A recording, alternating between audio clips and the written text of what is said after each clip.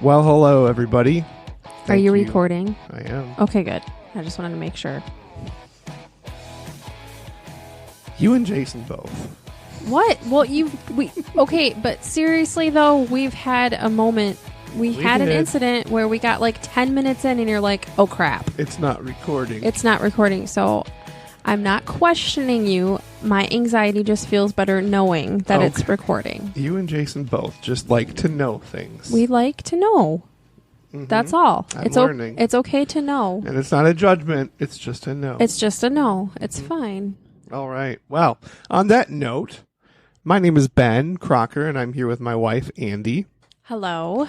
This is the Threads podcast, where we get unfiltered and honest and talk openly about things that matter in a world that throws an onslaught of happy images, but they're really not happy, and Facebook fake and Instagram filtered photos, all that stuff that Snapchat clogs. I don't use Snapchat. I refuse. I'm a purist. Facebook only for 14 years. Wow. I know. Hashtag millennial. Yeah, I suppose. So anyway, we want to be the opposite of that. Facebook has its place. I love sharing stories and pictures and all that fun stuff. But it's important to be unfiltered as well and honest. And there needs to be space for that as well. So that's what we're here to do on the Threads podcast, is to create space for open conversations and honesty, transparency, and all that fun stuff. To fill you in on where we're headed tonight, we will be recapping a few episodes that have taken place. Actually, just a couple episodes. So you may want to go back and listen to at least the last two episodes if you haven't already, because if you don't, this episode's probably not going to make a lot of sense. We're going to revisit some of the things that we touched on in previous episodes. Jason, the other host of the Threads podcast, he and I typically record, and then in between weeks, between us having those conversations, we do a debrief with our wives. And over the Labor Day weekend, we actually did an episode with all four of us, which was a ton of fun. It was really fun. So that's kind of a little bit of who we are and what we do. And tonight, again, it's an opportunity for Andi and I to share our perspective of a couple previous episodes and kind of take you along for the ride as we converse about things. Was that a good intro? Uh-huh. Sometimes I struggle with intros. I never know if I'm talking too much or not. So I think you were fine. Cool. I am fine.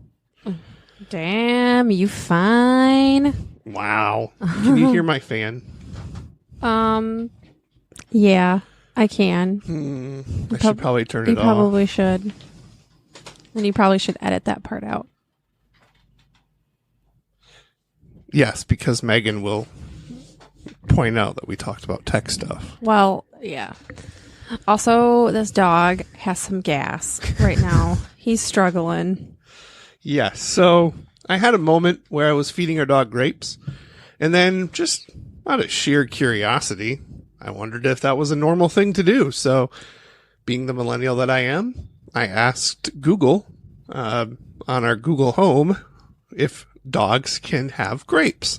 And all of a sudden she talks about toxins and don't let your dog eat grapes. High levels of toxicity and fatality in dogs, as our sweet little dog is chomping away on this giant green grape. He loves them. Every time I get grapes out, he's right by me. Yeah.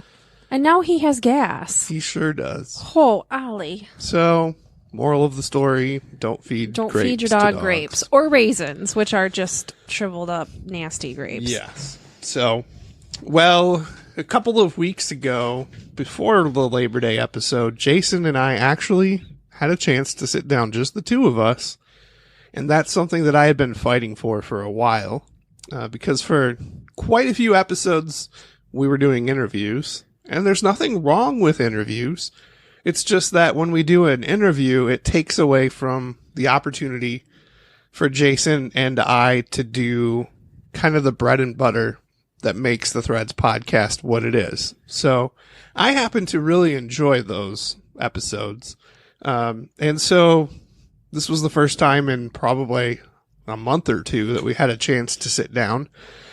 And as you can imagine, after that long of a time not doing one of those episodes, it turned out to be pretty long. Yeah, it was kind of long. Like, was it like 2 hours almost? Yeah, almost. Like an hour 45, hour 50? Yeah. I was like, wait, is this really that long? And you were like, yeah. It's really that long. We had a lot of ground to cover, apparently. So we always ask our wives the question, did you listen to the whole episode? And I can say with certainty that you listened to, I would say, 7/8 of it. Yeah, I would say like 7. Yeah, definitely 7/8. Probably more like 7/8 of 8. Wow. Because it was almost done, and then we were trying to figure out how to get to the cabin, and freaking Google was taking us the wrong way, and I was getting frustrated, so I had to turn it off. So I couldn't focus. Out of frustration, it turned off. I offered to drive, and we just had a moment like married couples do. Well, you didn't drive the whole trip, so no, that wasn't going to be helpful. You tried to put coordinates into Google Maps. And that didn't work. Oh, it worked just fine. No, it didn't. Okay. It did not account for... It took us like way around the freaking lake. Like it did not take us where we needed to go. Okay. So I think if we'd had the actual like address... Yeah, maybe. Like that would have worked better than your coordinates. Last year when we were there, I just tapped the map and clicked save location. And just had that from last year, and we navigated to it. Yeah. It worked until, like, the last, I don't know, mile. We were close. Yeah. It was like geocaching back in the day. It was something. So anyways, yes, we did listen to almost all of it. It was kind of funny because Miracle was passed out most of the time. So she has all of a sudden developed motion sickness. Ugh. And so she was extremely worried about... She was worried about traveling that far, like 3.5 hours or whatever it was, not only with our dog, but her brother, and the fact that she has been getting car sick lately. So I bought her some Dramamine. It's a wonder drug. Like any mother would, any good mother, gave it to her, and she was knocked out. She was out fantastic. cold. Just out cold, sawing logs, mouth wide open, sleep. So that was really, really good, I think. She caught a nice nap on the way up. She was also highly, highly emotional on Friday. She had just started her period on Friday, of course, because we were going out of town. Like, why wouldn't that happen to this poor kid? Of course. So she was sleeping, but I think Stefan was kind of listening. He definitely was. To the podcast. Like, he kept picking up on stuff, and it was really funny. So they were talking about the trampoline thing. And I didn't even know that was a whole thing or an issue or whatever, but it was funny because you said something about, I don't know why he keeps asking to go to the trampoline. Stefan likes to go to this indoor trampoline park, and he was going a lot before, we got the trampoline. Actually, it's like a gymnastics place that's like 10 minutes from our house, and they have, lots of trampolines and stuff like that. And he's just really liked that. And Jason said something like, well, it's not about the trampolines. It's about the atmosphere. Because Stefan has been asking to go, like, since we bought this trampoline. We're like, dude, you have it in your backyard. Like, we're not paying $10 for you to go do this. And Jason's like, well, it's because of the atmosphere. That's why he wants to go. Like, duh. And Stefan's like, see, Jason gets it. Didn't think he was listening. And he's like, Jason understands me. Yep. So, and then Jason and Megan had a chance to take just Stefan and their son, Sully, after ice cream. And apparently they had a great conversation about music. Yeah. So, it's just really cool to see the level of interaction between our families. And, in a lot of ways, I see a lot of Stefanisms in Jason, and I see a lot of Jasonisms in Stefan. So, I Interesting. feel like there's some connections there. Yeah, I think so. And the girls just have a blast Oh, my together. So goodness. they're kind of cut from the same thread, I think. See what I did there? That was good. See? Yeah. Wow. I'm full of them tonight. So Miracle and Avery put together a whole dance routine. It was pretty incredible, actually. They're so Pretty creative. adorable. Yes. Yes, they did really well. So it was pretty fun, other than my daughter being the drama queen, diva, bougie, needing to sleep in the big bed. Oh my gosh. But thankfully, Avery is a peacemaker, and she deserves a golden star for putting up with Miracle all weekend. Yes. Thank you, Avery. Yeah, no kidding. But yeah, so I don't know. It was really interesting. We were listening to the episode, and Ben was talking a little bit about Miracle and some of the struggles that she's had over the summer, and we kind of felt like we needed to turn it down because she was kind of awake, but kind of not. And so I didn't want her to feel like we were talking about her. And sometimes I worry about that a little bit. Like, is she going to find this when she's a teenager? Like, when she's 16, is she going to be super pissed that we talked about her and all of her struggles on this podcast? And I want to be really careful that we can share about her struggles, but I don't want to share too much of her whole story because that's hers to tell when she's ready. And I don't want to tokenize her or, it's a big word. Tell, That's a social work word, I think. What do you mean tokenize? Like, when I hear tokenize, I think of like tokens at Chuck E. Cheese. No, like, have you ever heard like the phrase like your token black friend? Yes. Okay.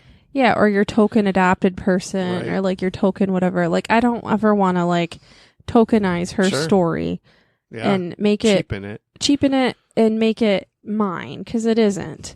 Yeah. We're part of it, but we are not her story. It's not, it's not ours to tell. So yes, we can talk about the struggles, but I just want to be very careful and respectful of her and the fact that she might choose to listen to this someday, and I just don't want her to be like hurt by that, I guess. Absolutely. It's a fine line because of course we want to be transparent. We want to be open and honest.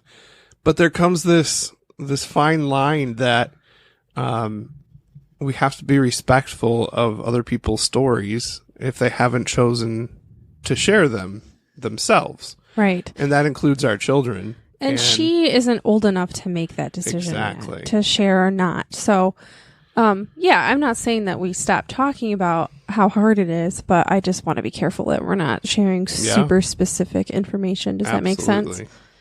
I'm on the same page, and I felt that way too after recording. I was like, I don't even know everybody who's listening. I know a few, and I know there's a growing number that tunes in. Yeah. And so it's just important to balance that, concern for my family with being authentic at the same time. Yeah. So. Yeah. I mean, we can talk about adoption and how hard it is. And if you're out there listening and you're thinking about adoption, maybe today I'd probably tell you to run the other way. Yes. Just kidding. But, it's the hardest thing ever because it really is. For there to be adoption, it has to start with loss, like significant, painful, searing loss. There has to be that for adoption to happen. And so when you're dealing with something that's born out of something so terrible, it's not going to be unicorns and cupcakes and rainbows all the time. You'll have them occasionally. You'll have them. And treasure those moments because they're not going to be the norm. Yeah. But a lot of time it's going to be screaming and swearing, and not just you swearing, maybe your kid, or it might be, dark and scary, and it is what it is. I mean, you're talking about loss, like death, really. I mean, that's really what it equates to. And it's like this grief that there's not a lot of closure to it. Because when somebody dies, I mean, for example, my grandma Johnson passed away within the last 5 years, and she was a rock in our family. And when she died, we were obviously sad because grandma's gone, and she was such a rock and such an instrumental person in all of our lives. But we rejoiced because we knew that she was in a better place. She was with Grandpa, and there was closure. Like, her life had been lived. She lived an amazing life. She impacted so many people, and we had closure. But when you are an adopted child and you're ripped out of your biological home, I'm sorry, but there's no closure to that. You can't close that wound. You just can't. And that's the reality of adoption. You are parenting a child that has a wound that, yes, it will heal. And yes, they'll be able to function and operate normally. That's the goal. But that wound doesn't really ever close. And you just have to be okay with that and be able to find ways for you yourself as adoptive parents to function, and also find ways to help your kid function and do life, even knowing that there's this hole that this side of heaven isn't just going to magically close overnight. Yep. I read I don't know, like something on Facebook a while ago, and it's kind of stuck with me, and it just said something about like adoption is the only trauma in the world where we expect the victim to be thankful. Just, I get really, it's hard for me, and like, I know Jason sometimes says this to Ben, and like, oh, you saved the kids, or not, I don't know how exactly he says it. And then, yes, okay, yeah, we are providing them with stability and a home, but I don't, and not that Jason's doing this, but just when people say, oh, those kids are so lucky, or they should be so grateful to have you guys, as parents, or to be in your home. No, like, we don't expect the kids to be grateful for that. Yeah. I mean, if they were to come to me as adults and say, Dad, thank you so much. You changed my life. Right. I'm not going to say, that's whatever. Different. I'm talking about now. Yeah. They don't need to be grateful to us for what we're doing. No. That's not why we're doing this. No. So I just thought that was really interesting, though. It's like an interesting perspective to take. Like, it's the only trauma in the world where the victim is expected to be thankful. I mean, if someone gets sexually assaulted, we don't expect that victim to be thankful for being sexually assaulted, right? Yeah. It's kind of the same idea. So anyway, I don't know. We got kind of off on a rabbit trail a little bit, but one that we're both passionate about. It's pretty. Yeah, I have worked in child welfare for the last 6 years. The last 3 has been spent. First 3 was in refugee foster care. The last 3 in domestic foster care, for those of you who don't know. And then working a lot specifically with adoptive families and approving families for adoption. And I'm so tired of people who honestly probably have very good intentions, but just don't get it. And they may not ever. Yeah. And especially those who have the hero mentality of, I'm going to save this kid's life. Yeah. No, you're not. My coworker, who I love dearly, and she and I we always talk to each other like, man, this is what I want to say to this family. Can you help me word it in a way that is going to not get me fired? She's really good for me, and I'm good for her, and I'm going to miss her a lot. But she had a family, I'm not even lying, call her up and say, God told our family that we're supposed to save the brown babies. Which God? Because I don't think we're talking to the same God. And so she said, oh, okay. What about the white and yellow and green ones? How about those? So she really did come back with a snarky remark. But like, we do get so many people in there that think that, and maybe they do feel some kind of a calling, but God told me to save the babies. Did he? Is that what he's calling you to do? You need to spend a little bit more time clarifying what God's actually. My friend always says, well, he didn't tell me. He didn't share that with me. That's a good point. I mean, I'm wrapping up my last couple weeks there, and I have to have a conversation with a family. And because I just have some concerns, and it just eats my soul, because I know firsthand what these folks are getting themselves into and what they're signing up for. And they don't get it. Yeah. So I'm really, really looking forward to having some separation in my life, because it is, like I said, is just kind of eating my soul. Just knowing what it means and living it, working it. I'm tired. Yeah. I'm tired of talking about adoption exhausting all day, and I'm then coming home and doing the work that I talk about all day. I can't do it anymore. Yeah. And I don't fault you for that one bit. I'm excited for you to start your new position. Me too. Now that it's out in the open and we can actually talk about it. I mean, not in detail on the podcast, but you know. Yeah. So. Should be pretty cool. I think so too. It seems very suited to you and your gifts, and I think it'll be good for you. It was pretty cool. I drove Miracle by there today, and she was really excited. She's like, "This building is so cool." She's like, "You're gonna be downtown." Yeah, pretty awesome. Cool. So it's gonna be a little crazy for a while getting used to stuff, but I'm excited. Yeah, we'll figure it out. We always do. I already added an appointment into your calendar that you're gonna have to take Miracle to. I'm sure you were notified today. Yep. So, anyways, we'll make it work. Yep, I always do. So going back to previous episodes, so Jason and I sat down for the loosey-goosey format, and to be honest, the first 10 minutes or so, Jason kind of had a laundry list for me. And I'm just curious as to how you felt as you're listening to that episode, and Jason just has this list of things that he's pointing out, whether it's the dentist or... I was dying about the dentist because I was like, he's like, "You are gross." I was like, what did he do now? But I'm like, well, yeah, I had him on my health insurance this whole year and paid extra just so he could go to the dang dentist, and he has not. It's an anxiety issue, and I need to get over it. Maybe you can talk about that with your therapist. Oh, I will. Okay. But anyway. But yeah, so that was funny.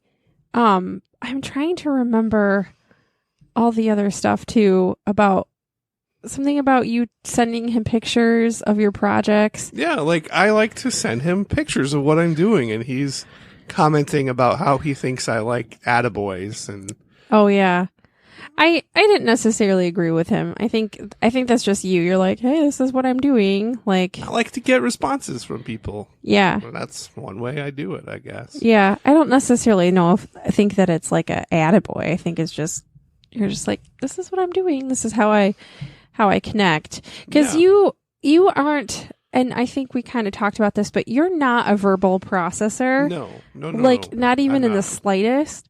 So the way you're trying to connect is to show, like, this is what I'm doing. This is what's going on in my head. This is what's going on in my world. Mm-hmm. So I think it's more that than you wanting him to be like, oh, good job. You hung up your kayaks. No, that's not what I'm looking for. I'm just... This is what I've been doing. Just in case you were wondering why I was quiet today, I was trying to figure out how the hell to hang a kayak in our garage. Oh my gosh. And I did it twice. I left. I left you alone. It was a rough day. You didn't eat for hours. I tried to get him to come out to dinner with me and Stefan because Miracle was gone for the day. And I was like, you want to come with us? No, I'm just going to work on this. We get back. I took the dog for a walk. I did something else, and it's like 10 o'clock at night. I'm like, did you eat dinner? And he's like, no. I haven't eaten since 11:30. I think we went out to brunch or something. Yeah. Yeah, so that was awesome. Yes. That happened. Very task-oriented, so. He gets that way. But yeah, no, I think you do that just because that's kind of how you connect. Mm-hmm. It is. It's more than sending like a long like telegram message or something with all your thoughts. You send them out in picture format sometimes. I do. You get me.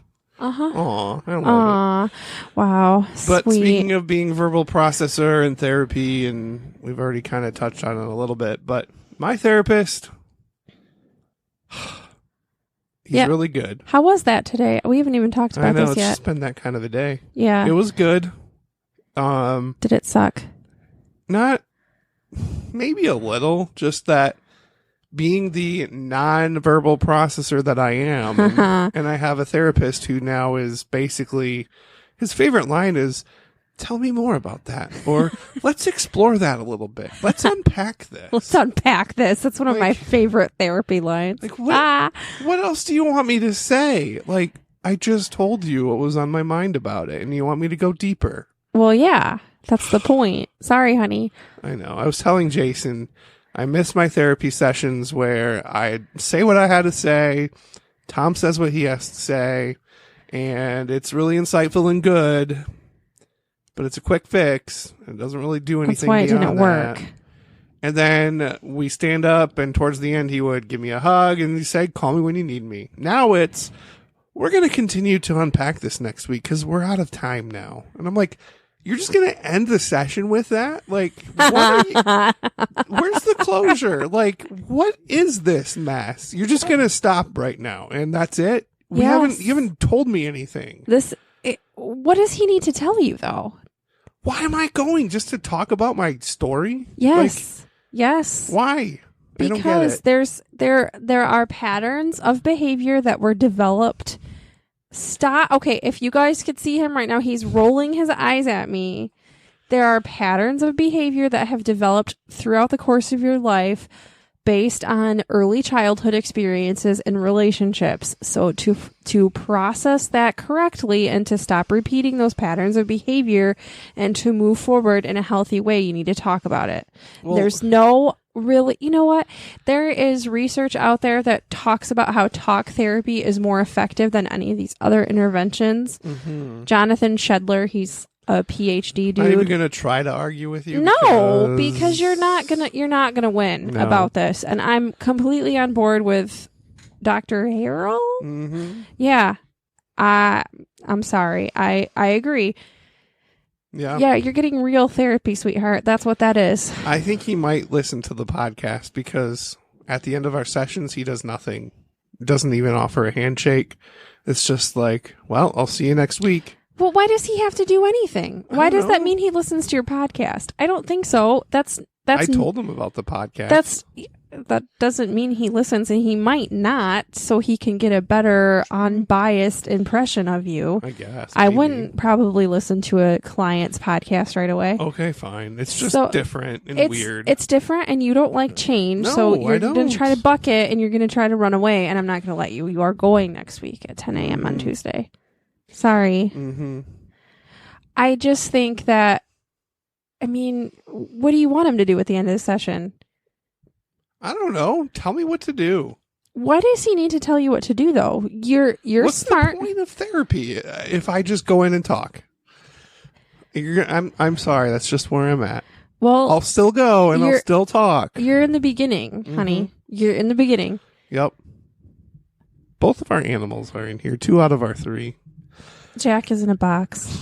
Literally, Jack in a box. The dog is on my lap because the cat scared him earlier and he was crying. I think Jack came in here to make peace with Ollie, but now they're just cozy and comfortable. Yeah. So Ollie, I've never seen Ollie with his tail in between his legs before, and he was shaking and crying because of the cat. Jack must have slapped him or something. I don't know. Anyway. But speaking of winning, obviously you would win that conversation of therapy because of, well, the fact that you're a master according to the Western Michigan University. Yes.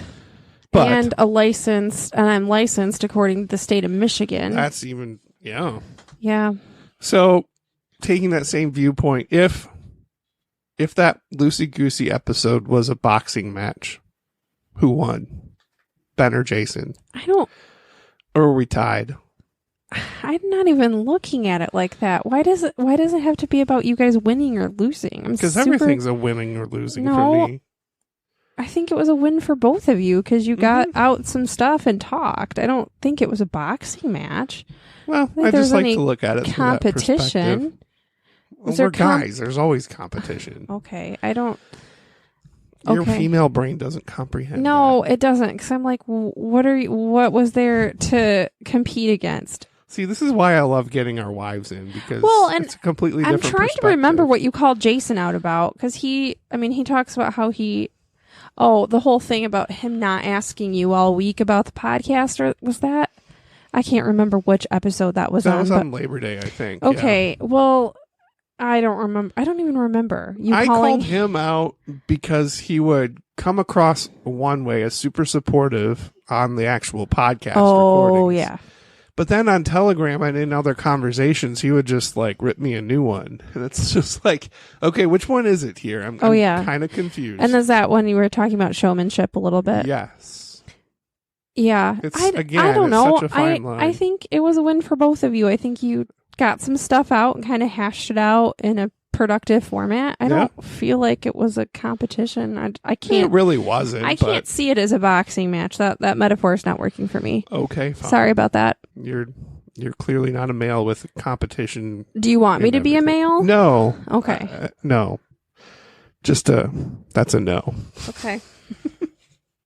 All right. Well, I just think of the wrestling match that happened in the Bible between Jacob, I think it was Jacob, before his name turned to Israel, and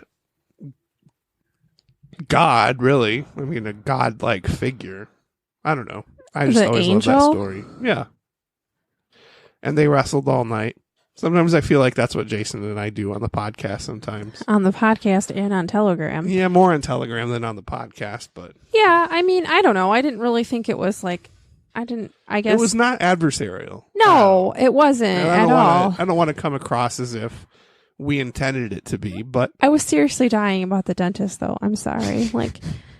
Okay, so Jason got him to go to therapy. Now maybe we can get this dude to go to the freaking dentist. I just have a lot of anxiety, and I've got a mouthful of... My mouth has confounded all the dentists that I've seen, and I just get tired of it. Well... But pretending that there's no issues doesn't make them go away. And let's unpack that a little bit more. No, let's explore that.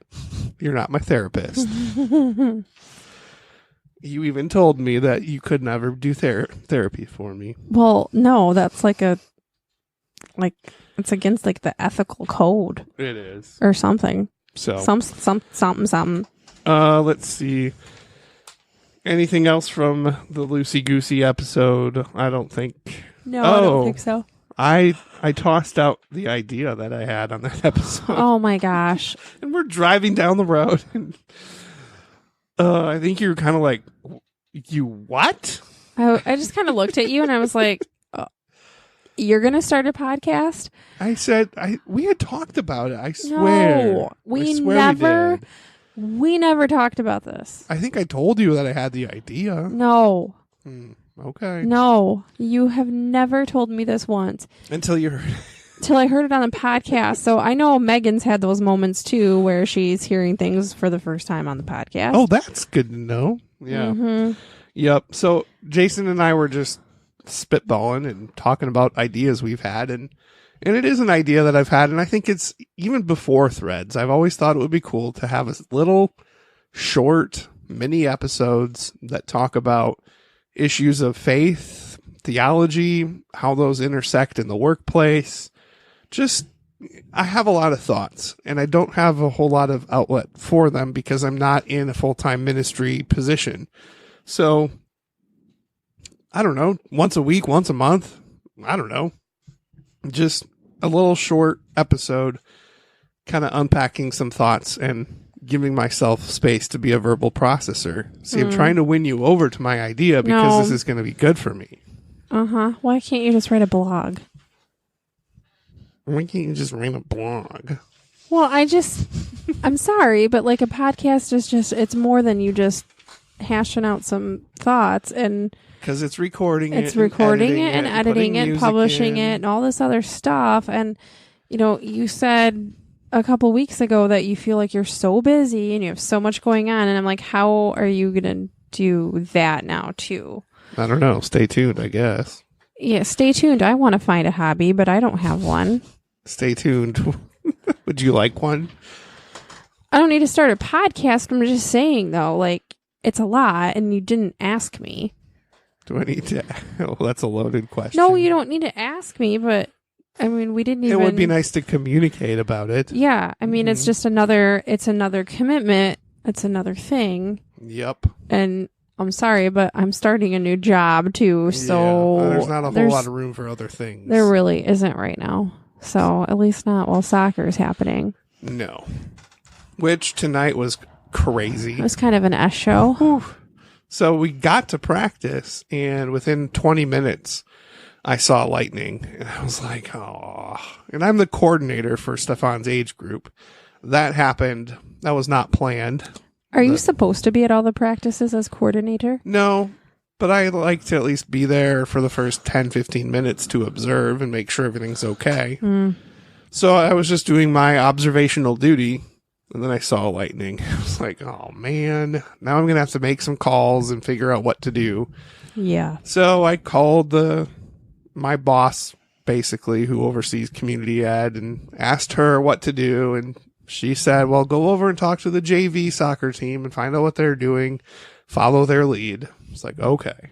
So I went and sat in my car and watched the scoreboard because they had a 30-minute timer counting down from the last lightning strike. And every time lightning was seen, the count would start over. So for about 45 minutes, that's all I did. I watched the clock, texted the coach, and kept him updated. And then finally, the clock reached 0, and they were able to finish their practice. But that was, yeah. So yeah, soccer takes up a lot of time. Yeah. And I love it, but it's a big time commitment.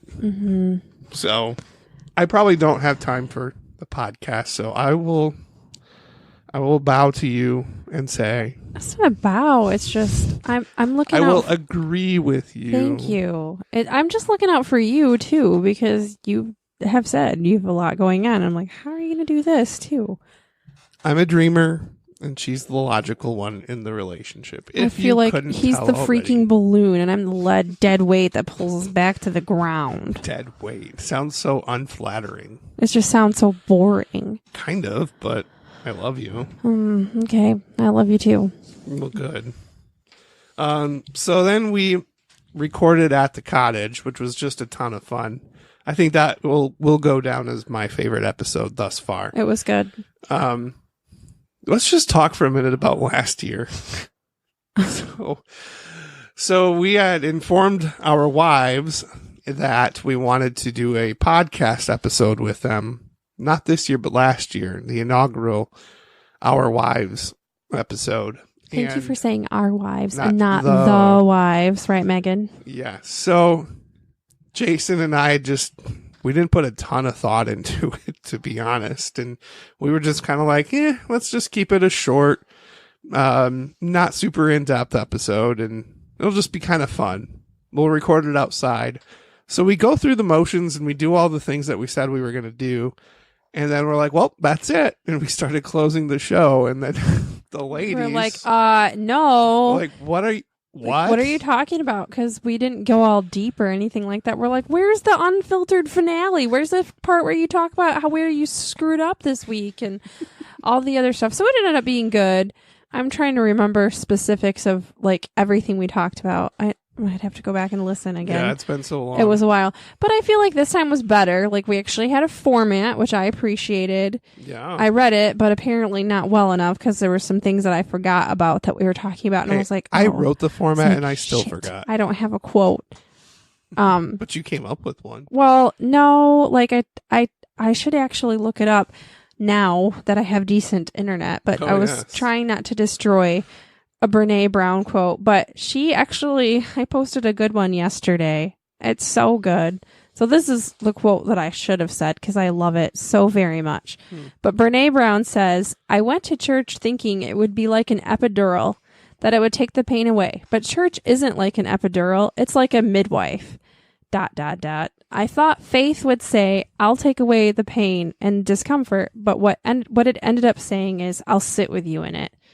I just really like that. Like so many people think that the church is, there to serve them and it's supposed to like take all the pain away. And it's not. I mean, it's just like the church is people that can be with you and cheer you on and support you, not to take it away. And to be honest, I know that I myself, even with my churchy background, our pastor was talking about this very subject on Sunday, and he really challenged me with a couple of things. And one of them was stop looking to the staff of our church to be the church for you. There is no way that our staff of 10 people is going to be able to reach out to the 900 people that are in our database. We can't do it. Stop looking to us to be the church and be the church for each other. Yeah, I thought that was great. Like, there's no possible way he could visit every single person in the hospital. Yeah. Because you think, like, old school church. Oh, the pastor's here. The pastor's here. You know, yes, Kyle did visit my grandpa when he was dying in the hospital. But, I mean, you know, like, he can't do that for every single person. Yeah. The church was a lot smaller then, too. It sure was. But, yeah, I mean, I thought that was really great. It's like, it's not about us. Yeah. So the church isn't here to take away the pain, but anyway. Yeah, we're here to sit with each other in the pain. Yep. And there have been so many times that that's just happened randomly. I mean, people from our church that live in our neighborhood. Oh my gosh, yes. I don't know if you want to share that story on the podcast, but well, we can just say that Miracle's having a tough time. And one of our neighbors happened to be walking her dog and kind of was observing it. And then her and Ben got to talking and found out that they go to our church too. And she was really, really helpful that night and just kind of defusing a difficult situation and helping our little diva calm her bougie self down. Mainly because I told her it was time to go to bed and she didn't want to. No, I don't even think it was that. I think mainly because you guys' communication sucked that night. Yeah, that's true. So he's still learning how to speak Miracle, and Miracle's learning how to obey. Mm-hmm. I think that's where we're kind of at. But we're making great progress. Her and I go grocery shopping on Sundays now. Yeah, and that's honestly kind of. I don't ever want to go again. We all went this past Sunday, and it was a shit show. It was a total shit show. It's like, why are we doing this? Well, we were just right there, and I was like, we've got all this other crap to do. We want to clean out the garage. Nothing's going to get done. Let's just all go get groceries. Oh my gosh. Worst words out of my mouth ever. I don't ever want to set foot in a Meijer ever again on a Sunday. I wanted to it was horrible. Miracle and I enjoy it, but when you add extra people, it gets a little tough. Oh, our dog just noticed that Jack was in the room. He's a little concerned. But yeah, anyway, it was really cool to see our neighbor just kind of being there with us. And it's really funny. So we ran into her at the hair salon the other night and saw her at church this Sunday, and Miracle just loves her. You know, it's like, oh, Miss Jen, you know, so it's just been really kind of neat to see that and stuff like that. So yeah, it was awesome. One other thing that came up was Megan was personally offended that I didn't go kayaking on their lake. Was she really personally offended, or was she just joking? I think she was being super bougie about it. No, I think she thought you were being bougie. I was being bougie about it. She was being dramatic about my bouginess. Yeah, I think that's probably better. But it was hilarious. That was funny. But no, the placid lake. I was dying, like, listening to that. The loons and the eagle over your head. Oh my goodness, that was pretty great. See, I specifically chose my kayak because it has the weight capacity for me and then some. And I'm a bigger guy. I was worried, again, anxiety in my mind. I didn't want to go on the kayak because I didn't want to sink it. Time out. I'm pretty sure you went on one of those kayaks last year. You did. I'm 95% sure that you did. I think that was at my parents' place. Yeah, but those kayaks are the same as theirs, and I thought that you did, and your bougie self weighed more last year than it does this year, doesn't it? Yeah, I guess. Okay. Well, again, anxiety doesn't speak rationally. No, it doesn't. And I'm working on it. But I have a lot of anxiety, and I find more as I talk through it. I guess that's the point. That's the point. So now you can identify where it is and recreate new patterns of thinking about it. Shopping at Kohl's was anxiety inducing. I was a sweaty mess when we checked out on Saturday. You were morning. like, can I go to the car? I'm like, can you just no, because I don't have my wallet with me because this was a random decision. And I was Oliver. visibly sweating. Ollie, what you doing, big guy? Sorry, the dog's in the trash. Yeah, you were sweating. I was like, what the crap? Ollie, hey, don't do that. Go get her. Come here. If it's not the kids, it's the dog. Hi, buddy. Yep. Come here. Come here. All right. There you go. Good boy. Anyway, yeah, you were sweating. I was like, what is going on? I don't even know why. Was it because it was busy? Probably. I don't like... Yeah. I mean... You're going to make me replay my whole counseling session. Did you guys talk about Kohl's? And the game Friday night. Oh. Yeah. I don't do well in places where there's a lot of people. Yeah. And because I feel like they're all watching me. But it's stupid because they're not. They're not watching you. Again, anxiety doesn't speak rationally. No. Anyway, so yeah, I don't know how we got on you. Oh, the bougie kayak. So yeah, and there wasn't room to bring your kayak because apparently we brought enough stuff for 7 weeks. Sure did. And I mean, I could have used the tie downs, but it would just be such a pain, you know. And I honestly, all I wanted to do that weekend was lounge and relax. I would say that we succeeded in lounging and chillaxing. I ended up taking like a 3-hour nap. I don't remember the last time I slept for 3 hours during a nap. You were in the cave. Oh, it was so good. So, thank you, Jason and Megan, for the invitation and for sharing space with us. I'm sorry I didn't go kayaking on your lake. On your placid lake. And hopefully I can make up for that for round 3. We'll yes, I think he might have just invited himself again. It's what I do. Yeah. So, I'm going to start wrapping this up. This is something that I saw as I was putting the final touches on tonight's plan. One of my good friends from college, she has struggled with mental health issues, and she's talked openly about it on Facebook. And she shared the story of a pastor at a pretty large church in California, one of the associate pastors at Harvest Church in California. Greg Laurie's church. Yeah. Yep.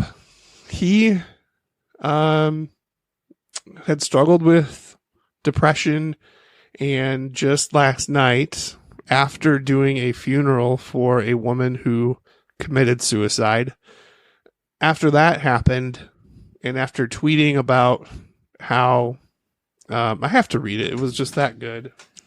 Yeah, it was really good. But the tweet that he put out reminded me a lot of what Brene had to say.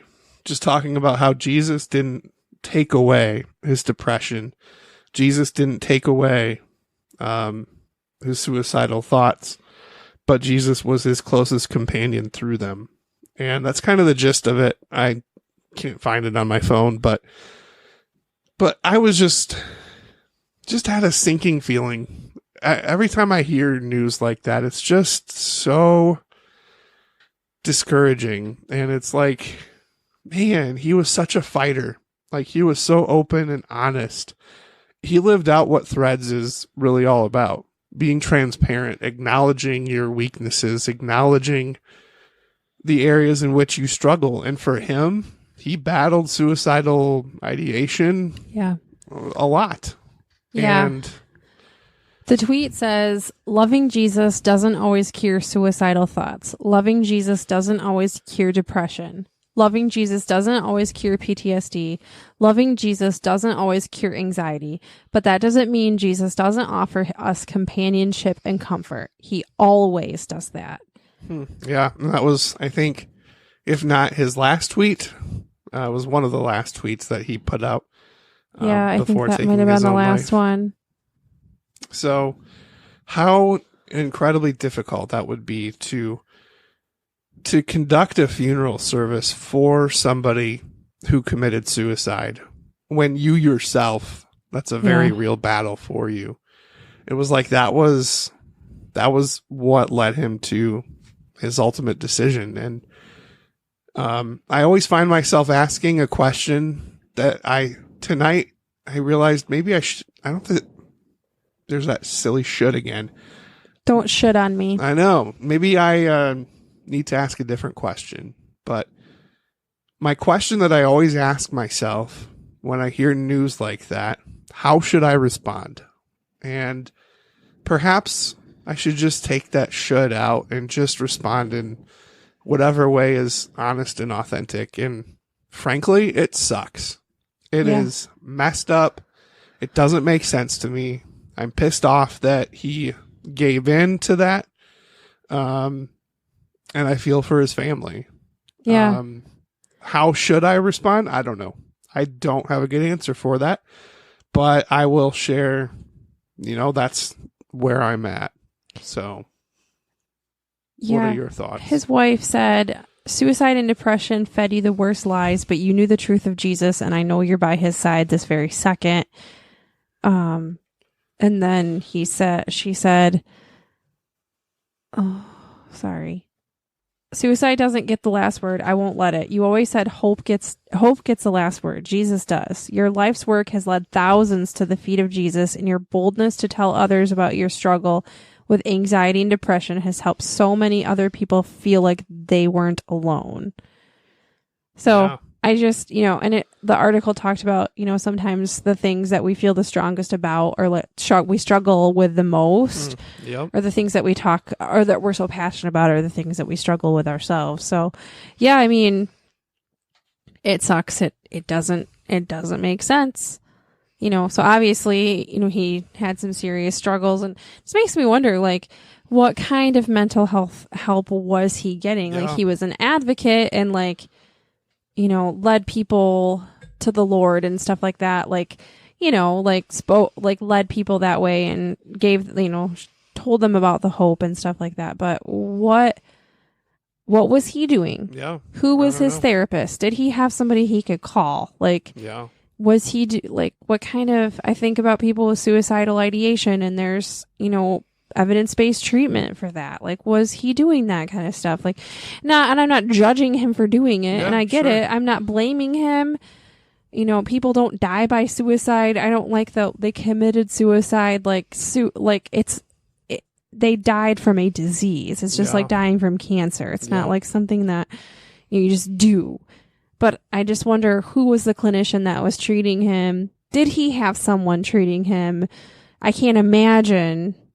And I guess this is just my world, but I think about it from a clinical standpoint. Yeah. Who was treating him and where is that person now? And, did they know that he was suicidal? Did anybody know? Yeah. And was there anybody that was hey, maybe if he's struggling with depression and anxiety and suicidal ideation and it's been a known issue for him, okay, maybe it's not the best idea for him to do the funeral for this woman. Well, that's what I was thinking. I'm what the heck? Yeah. And how triggering is that? It's I'm an alcoholic, but I have to go into a bar and do this thing for this person who, whatever. It's the same sort of thing. I mean, it's triggering AF, I'm sure. Right. And talking about suicide and being chronically suicidal, that's a thing. And, I just wonder if this dude had a therapist. Yeah. I don't know the answer to I don't either. And I hope that he did. But then at the same time, I'm who the F was this therapist? And did they know? Yeah. And, and as much as, and it kind of reminds me, not that you're going to commit suicide or anything, or you're not in that spot, but the whole thing about you not wanting to go back to therapy and not wanting people know that you need therapy. Yeah. Right. So, okay. So he was open about his struggles to an extent, but was he doing anything about them? That's very true. So it's one thing to be open about it and talk about it, and it's completely another to just not do anything. So was he open about it and just talking about it and hoping that was going to be enough? Or was he actually seeing somebody to address that stuff? And who was holding him accountable to that too? Yeah. This guy was a pastor. Yeah. Of this mega church where there's millions of people or whatever, hundreds of I don't know how many people, but you know what I mean? Was he completely alone? Yeah. In that struggle? Did anybody know? Did anybody pick up on it? That's good question. I don't know. I just have a really hard time with being a mental health advocate. And I just think about all these people that he has reached. And, I hope that they're getting treatment. Yeah. Good quality, solid treatment.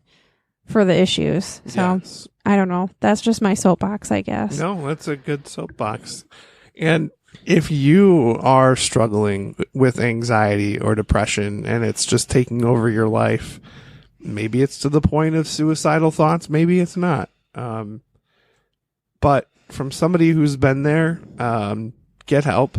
Help is out there, and it's uncomfortable as AF, as we like to say. AF. But man, it's good, and there's hope, and you don't have to live with these constant patterns of anxious thoughts and depressive thoughts.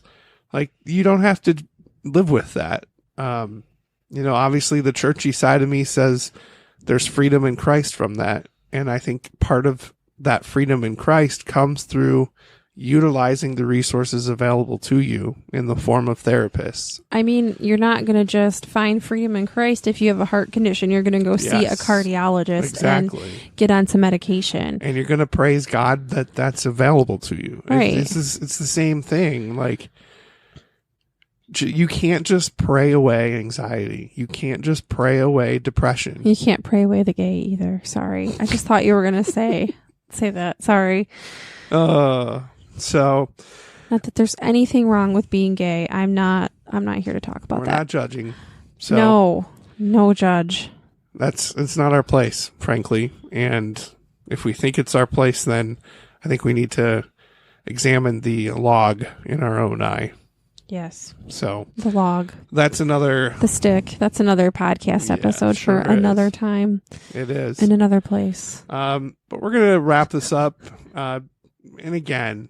You didn't even catch my cheesy Christian song reference. I totally didn't. Wow. I'm tired. I said it's time. It's for another time in another place. I don't know what that means. What? You're the sheltered one. I know. Come on, it's the Sandy Patty song. Oh. Sandy Patty was like a big part of Res Life for a while. Another time in another place. Like, I swear she would be at Res Life singing on a regular basis. I still have a problem with her. Again, another podcast and for another Amy time Grant. in another place. Anyway.